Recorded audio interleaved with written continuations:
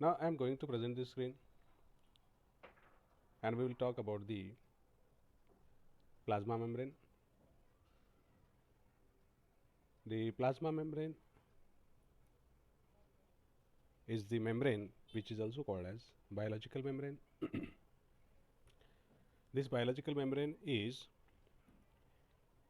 given different names by different scientists and it was confirmed कि क्या सही होगा. Then it was considered as the cell membrane.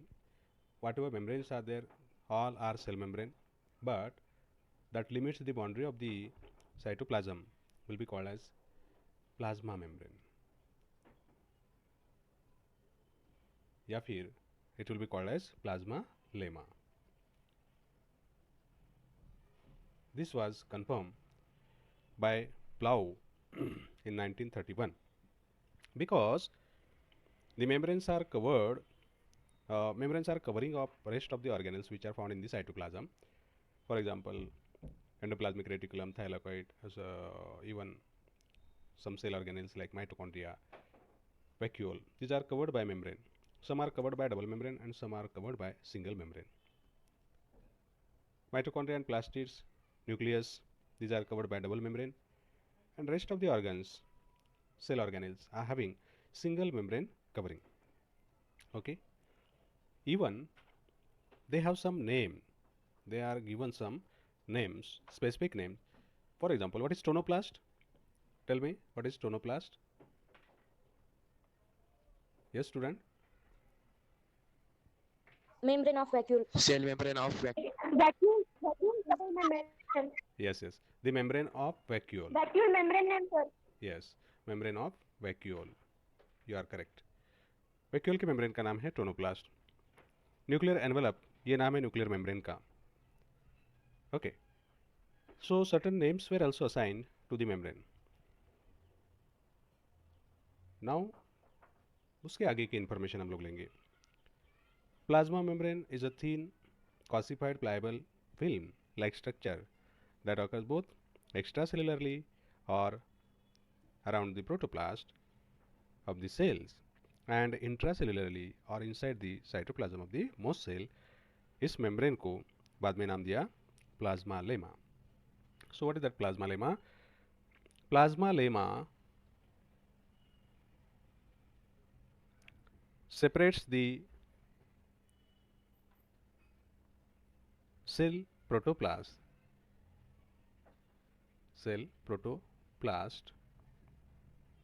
from external environment. External environment. ENVIRONMENTS. Environments. Do you understand the meaning of this thing? This statement? Plasma membrane separates the cell protoplast. Cell protoplast को plasma membrane ने उसके external environment से अलग कर दिया. For example, this is the cell and this is the protoplast. This is the external environment, may be water, may be air, may be anything. So ये plasma membrane ने क्या कर दिया, इसको सेपरेट कर दिया. इस बात को, अंदर की जो बातें है वो बाहर की बातों से सेपरेट हो गई because of plasma lemma. Okay. Intracellular membranes क्या करते हैं? So intracellular membranes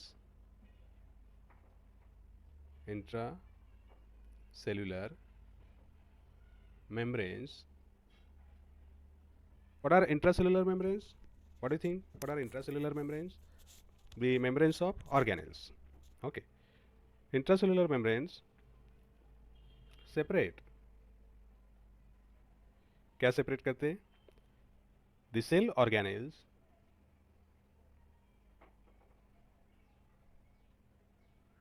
from cytosol. Cytosol से मतलब साइटोप्लाज्म से. Cytosol, CYTOSOL, cytosol. Okay. However, ऐसा है तो भी, हाउएवर सेल मेम्ब्रेन्स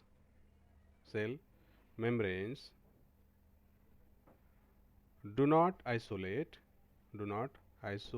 isolate का मतलब सेपरेट करना, अलग करना. the cells, not their organelles, nor their organelles, nor their organelles from the surrounding, from the surrounding. इस स्टेटमेंट का मीनिंग है कि वो प्लाज्मा मेम्ब्रेन कुछ बातों को अंदर आने के लिए हेल्प करता या कुछ बातों को बाहर जाने के लिए हेल्प करता. Okay, what does it mean कि वो एक दूसरे के साथ कनेक्ट रहते. हमने लिखा कि however cell membranes do not isolate the cells not their cell organelles from the surroundings. लिखा आप लोगों ने from the surroundings. Yes, sir. Yes, sir. Yes, sir. Yes, sir. The membranes allow. Yes, sir. और बोलो बाकी लोग. Yes sir, yes sir, yes sir. अच्छा लगता हमें वो. बोलो सब लोग. Yes sir, yes sir, yes sir. वाह रे वाह. membranes allow selective passage. मतलब सभी के लिए नहीं, सिलेक्टिव होगा. Selective passage of information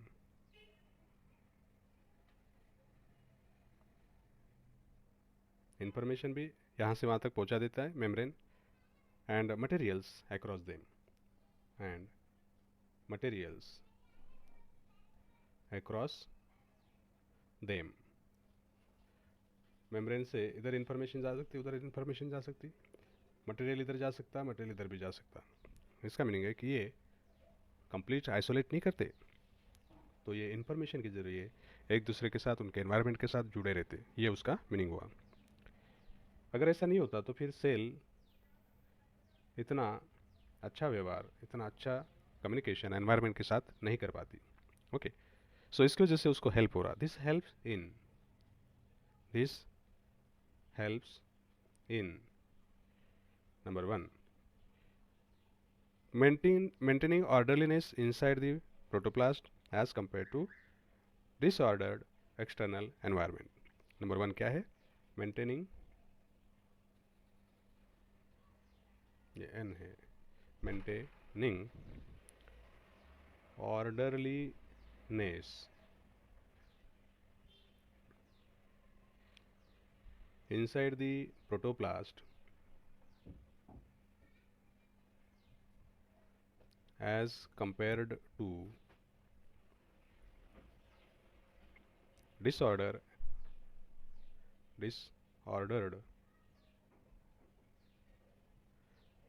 external environment. सो इसका मीनिंग मैं समझा रहा हूँ आपको कि सेल के अंदर जो भी एक्टिविटी चलती है, आप लोग लिख लो पहले. ये जो मटेरियल का पैसेज है, इंफॉर्मेशन का पैसेज है, इनसाइड एंड आउटसाइड, इसकी वजह से व्हाट इज हैपनिंग, क्या मदद हो रही. So this helps in number 1 maintaining orderliness. Orderliness का मतलब है बहुत ही डिसिप्लिन, एक दूसरे को फॉलो करने वाले. जैसे कि मिलिट्री में ऑर्डरलीनेस, पुलिस में ऑर्डरलीनेस बहुत ज़्यादा होता है. उनके ऑफिसर ने अगर बोला कि जाओ वहाँ पर खड़े हो जाओ, तो विदाउट एनी क्वेश्चन उनको सुनना पड़ता है. This is called as orderliness. बहुत ही डिसिप्लिन में. ऐसा नहीं कि आपको क्यों चाहिए भाई वो, नो नो नो, वहाँ पर जाके मैं क्यों खड़ा रहूँ, नहीं, कोई क्वेश्चन नहीं. That is called as orderliness, मतलब बहुत ही आज्ञाधारी. So maintaining orderliness inside the protoplast. Protoplast के अंदर ऑर्गेनेल्स जो होते हैं एक दूसरे के साथ वेरी ऑर्डरलीनेस में काम करते हैं. जो भी डिमांडेड स्ट्रक्चर है, डिमांडेड केमिकल है, डिमांडेड मैसेज है, वो एक दूसरे को कन्वे करते रहते हैं. ये हेल्प होता है. जो कि बाहर के एनवायरनमेंट में कोई डिसिप्लिन नहीं रहता, कोई भी गैस किधर भी चला जाता है, कोई मेंटेन नहीं, कोई कंट्रोल नहीं होता है उसके ऊपर. जितने भी मटेरियल है बाहर के, वो अपने अपने हिसाब से बिहेव करेंगे. जहाँ पर ज़्यादा है वहाँ से वो कम की तरफ भागेंगे. कोई ऑर्डरलीनेस वहाँ पर फॉलो नहीं होता है एनवायरनमेंट में. सो इनसाइड और आउटसाइड ये डिफरेंस हो गया सेल के. दूसरा हेल्प ऐसे हो रहा, नंबर 2 क्या हेल्प हो रही है, और मेंटेनिंग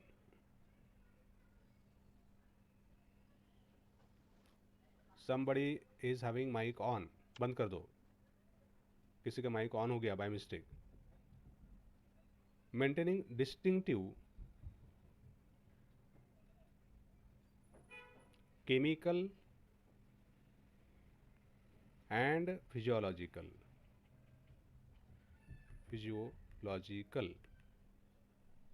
आइडेंटिटी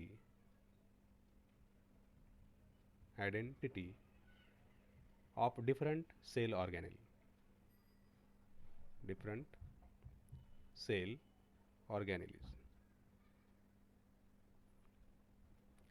ये मेम्ब्रेन की वजह से क्या हुआ कि माइटोकॉन्ड्रिया के अंदर जो फ्लूइड है या एंजाइम्स है वो अलग है, प्लास्टिड के अंदर जो फ्लूइड है वो अलग है, बिकॉज सभी को वो परमिट नहीं कर रहा, कुछ अपने पास रख रहा। And that's why we are saying कि वो डिस्टिंक्ट मतलब सबसे अलग, अपनी पहचान वाला, distinctive chemicals and physiological identity, पहचान सबसे अलग, पहचान अपनी वो होता है। माइटोकॉन्ड्रिया एक पर्टिकुलर फंक्शन करेगा, प्लास्टिड एक पर्टिकुलर फंक्शन करेगा, गोल्गी बॉडीज पर्टिकुलर फंक्शन करेगा। सो ये जो आइडेंटिटी उनको मिली, ये जो पहचान मिली, ये मेम्ब्रेन की वजह से मिली और मेम्ब्रेन की परमिएबिलिटी की वजह से मिली। ओके, ये एक फ़ायदा हुआ। तीसरा यूज़ है separation of different enzyme system and metabolic pathway, ये भी अलग है। तीसरा यूज़ इसी के हिसाब से आगे वाला यूज़, नंबर थर्ड। माइक बंद करो, कौन है, माइक बंद करो। सेपरेशन ऑफ डिफरेंट एंजाइम, देखिए ENZYME enzyme systems and metabolic pathways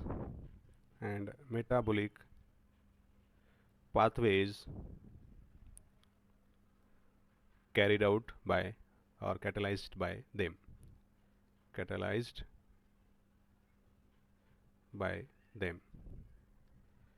किसी भी ऑर्गेनेल का एक उसके पास पर्टिकुलर एंजाइम का सिस्टम होता है कि वो एंजाइम के हिसाब से मेटाबॉलिक पाथवे कैरी आउट करते रहता, कैटलाइज करते रहता। तो ये भी सेपरेट हो गया ड्यू टू मेम्ब्रेन और मेम्ब्रेन की परमेबिलिटी की वजह से। ओके, अब ये जो बायोलॉजिकल मेम्ब्रेन्स है, जितने भी अंदर है या बाहर है बायोलॉजिकल मेम्ब्रेन, वो एज इट इज़ नहीं रहते, वो हमेशा बदलते रहते, रिन्यू होते रहते, एक्सटेंड होते रहते, रिमूव हो जाते, फोल्ड हो जाते, अगर इंजरी होगी तो रिपेयर हो जाते। ओके, मीन्स एक बार दे दिया मेम्ब्रेन, बस परमानेंटली यही मेम्ब्रेन आपके पास रहेगा ऐसा नहीं है, तो उसको वो हमेशा बदलते रहते, रिन्यू होते रहता वो। When will study the endomembrane system in this chapter only, तो एवरीथिंग यू विल अंडरस्टैंड। ठीक है, तो ये तीन फायदे होने के कारण मेम्ब्रेन का इंपॉर्टेंस बहुत ज़्यादा बढ़ गया।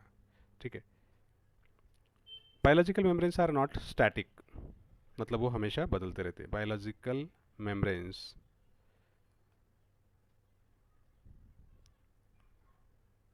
Are not static. ठीक है, बायोलॉजिकल मेम्ब्रेन्स ये स्टैटिक नहीं है, मतलब फिक्स एक ही रहेगा, वो ऐसा ही रहेगा, परमानेंट ऐसा ही रहेगा, ऐसा नहीं है। स्टैटिक का मीनिंग नो चेंज, फिक्स्ड, तो ऐसा नहीं है, because they are being continually renewed, continually,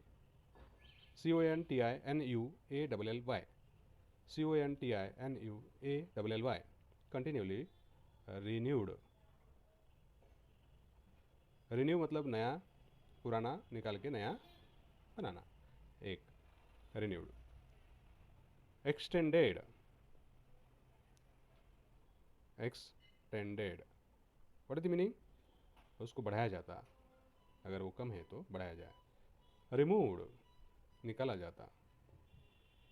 mood, उसको उसकी जगह बदल दी जाती, मूड। एंड फोल्डेड, ये सारी बातें उसके साथ होती रहती है, इसलिए वो स्टैटिक नहीं है। Why the membrane is not static, because it is continuously renewed, extended, removed, moved and folded. Okay, even आगे चल के हम ऐसा भी लिख सकते हैं, there is quick repair of injury और इंज्योर पार्ट। यहाँ पर मेम्ब्रेन कट हो गया तो इसको ऐसा ही रखेंगे कुछ देर तक, ऐसा नहीं है। Okay, it is continuously prepared और रिपेयर्ड। सो एक कट लग गया, उसको छोड़ दिया ऐसे, नो नो नो, तुरंत उसके ऊपर एक्शन ले जाती कि यस उसको दुरुस्त करो। सो वो स्टेटमेंट आप लिखेंगे, देयर इज क्विक, मतलब एकदम फास्ट, क्विक का मतलब फास्ट है, repair of injured part, injured part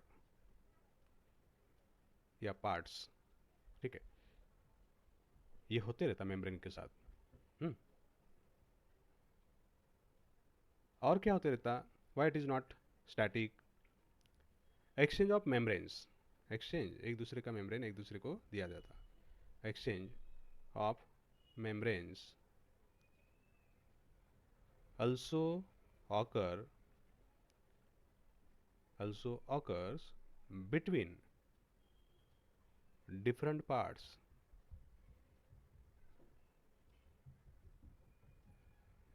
ठीक है। ये क्या बात होगी कि एक्सचेंज ऑफ मेम्ब्रेन, हम लोग आगे पढ़ने वाले हैं कि जैसे कि एंडोप्लाज्मिक रेटिकुलम का membrane in the form of vesicles और in the forms of some ball like structure, it is released from the endoplasmic reticulum and it is given to Golgi apparatus. From Golgi apparatus it is given to vacuole, from there it can be given to lysosomes. So like that exchange of material is also possible, ठीक है। ऐसा क्यों कर सकते ये, एक दूसरे का मेम्ब्रेन एक दूसरे को दे सकते हैं, ऐसा क्यों कर सकते हैं, because membranes have a basic similarity. हाँ, it is possible, it is possible because, ये सब कर सकते because all cell membranes have a basic similarity despite having their own distinctive composition, despite having their own खुद का own distinctive composition,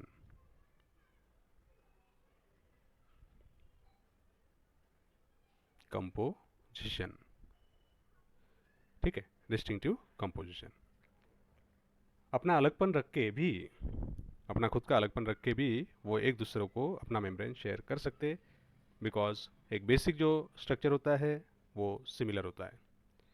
जैसे कि हम लोग दुकान में दरवाज़ा या फिर फ्लैश डोर खरीदने के लिए जाते, तो वहाँ पर हम लोग डिज़ाइन चूज़ करते, साइज़ उसकी बेसिक होती है, सेम होती है।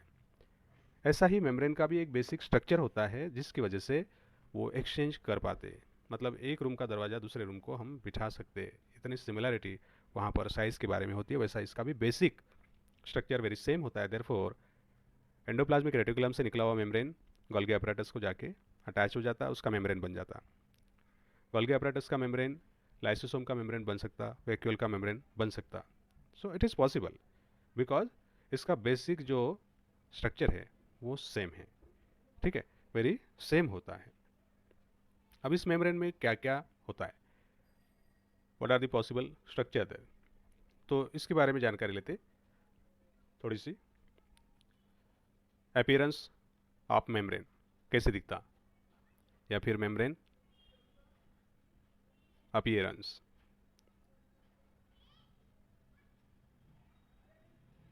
ठीक है, कैसे दिखेगा, उसकी थिकनेस क्या है, उसके अंदर क्या क्या केमिकल्स होते हैं, कैसा है, ये सारी बातें धीरे धीरे, केमिकल कंपोजिशन, पहले हम लोग इसका दिखना कैसा है, कैसे दिखेगा ये, okay. So thickness of biological membrane is around 75 angstrom, thickness of biological membranes is about 75 angstrom, मतलब 7.5 नैनोमीटर, मतलब 0.0075 माइक्रोन या फिर माइक्रोमीटर। अब आपको समझ में आया होगा कि सबसे छोटा यूनिट क्या है, सबसे बड़ा यूनिट क्या है। तो angstrom is the smallest unit, उससे थोड़ा बड़ा है नैनोमीटर, उससे भी बड़ा है माइक्रोमीटर। ठीक है, तो ये इक्वल है, यहाँ पर जो लिखा 75 angstrom is equal to 7.5 nanometre is equal to 0.0075 micrometre. Okay, अगर आपका थोड़ा भी मैथ्स अच्छा है तो ये आपको समझ में आएगा कि 1 nanometre is equal to how many angstrom, तो 10। 1 micrometre is equal to how many nanometre, how many angstrom, इसका कैलकुलेशन आप लोग कर सकते। ओके, सो ये आपको आना चाहिए, इसलिए नंबर अभी दे दिए। Because of this dimension, because of this dimension,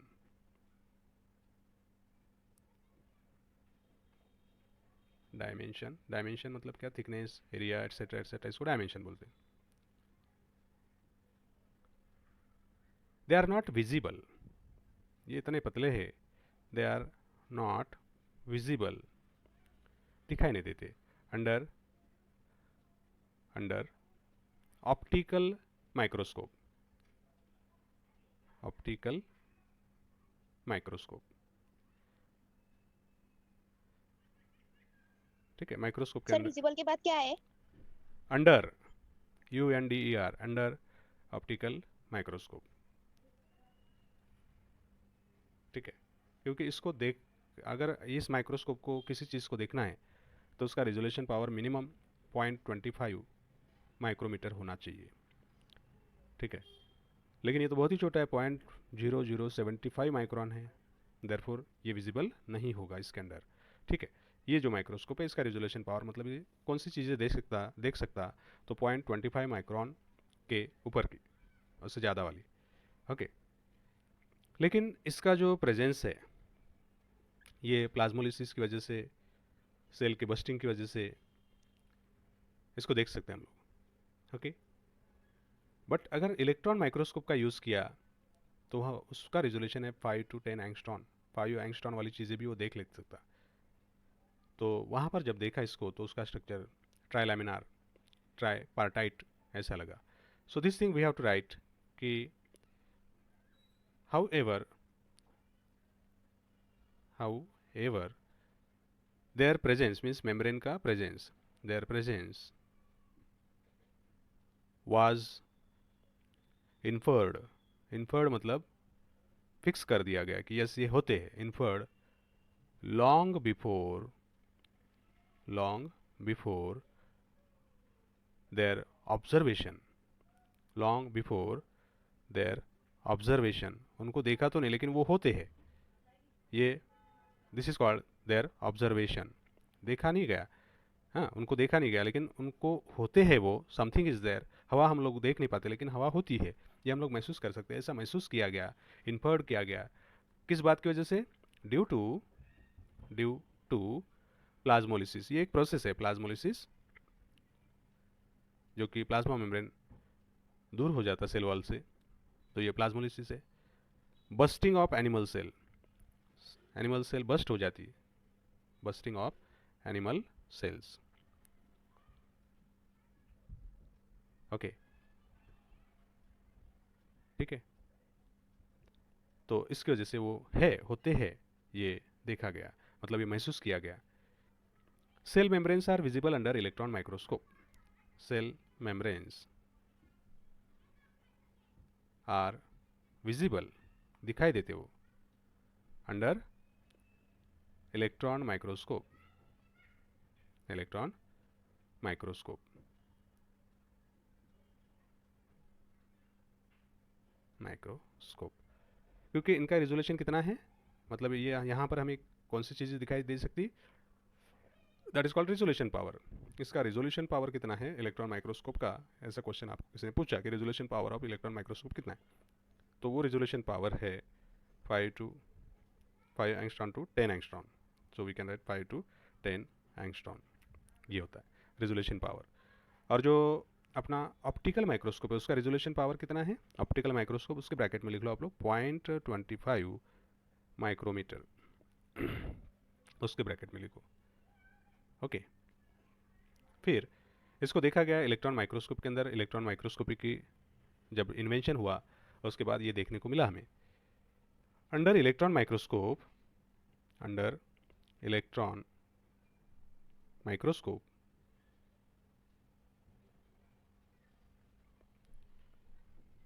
a biological membrane appears. A biological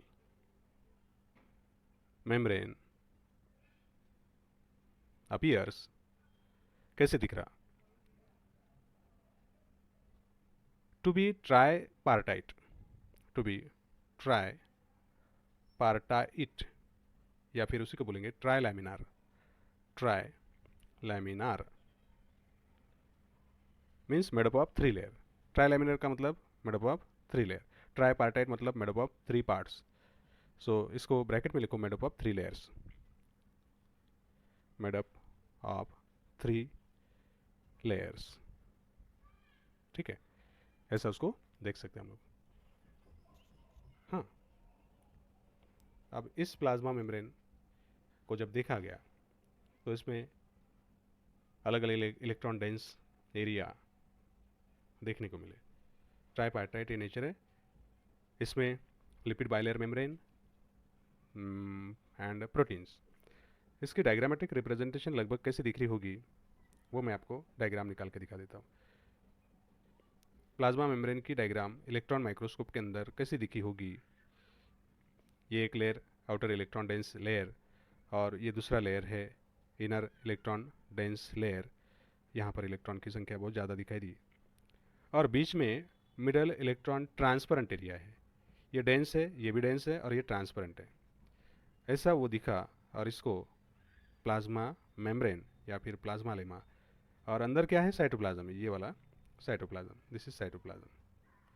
सो ये डेंस एरिया इलेक्ट्रॉन डेंस, ये भी इलेक्ट्रॉन डेंस एरिया है और ये ट्रांसपेरेंट है. ट्रांसपेरेंट. ठीक है, ऐसा वो दिखाई दिया अंडर इलेक्ट्रॉन माइक्रोस्कोप.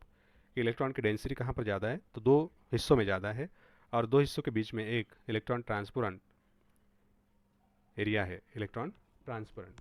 ओके, अब इसका केमिकल कंपोजिशन, मेम्ब्रेन का जो कंपोजिशन है इसमें क्या क्या होता है. इसके केमिकल कंपोजिशन सारे लोगों ने एक जैसे लिखे कि what is the chemical composition, membrane composition.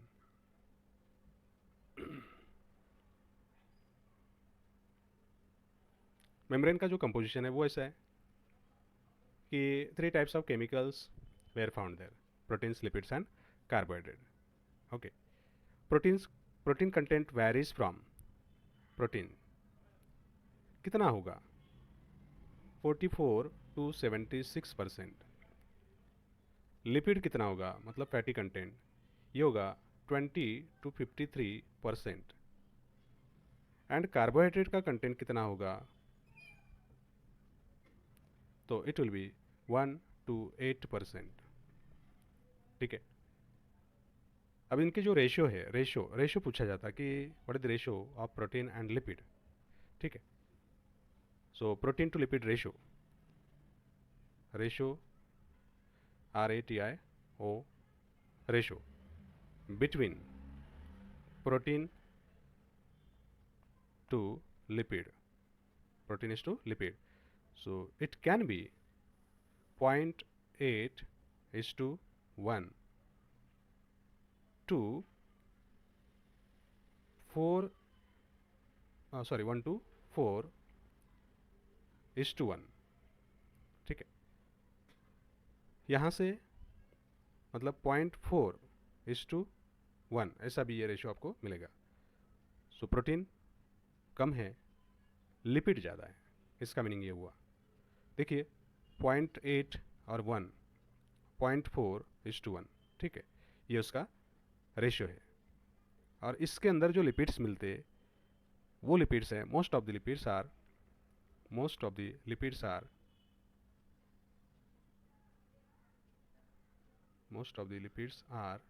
phospholipids or phosphoglycerides. Phospholipids or phosphoglycerides ये होते लिपिड्स. ओके, बाकी का जो कंटेंट है हम लोग we will study it tomorrow.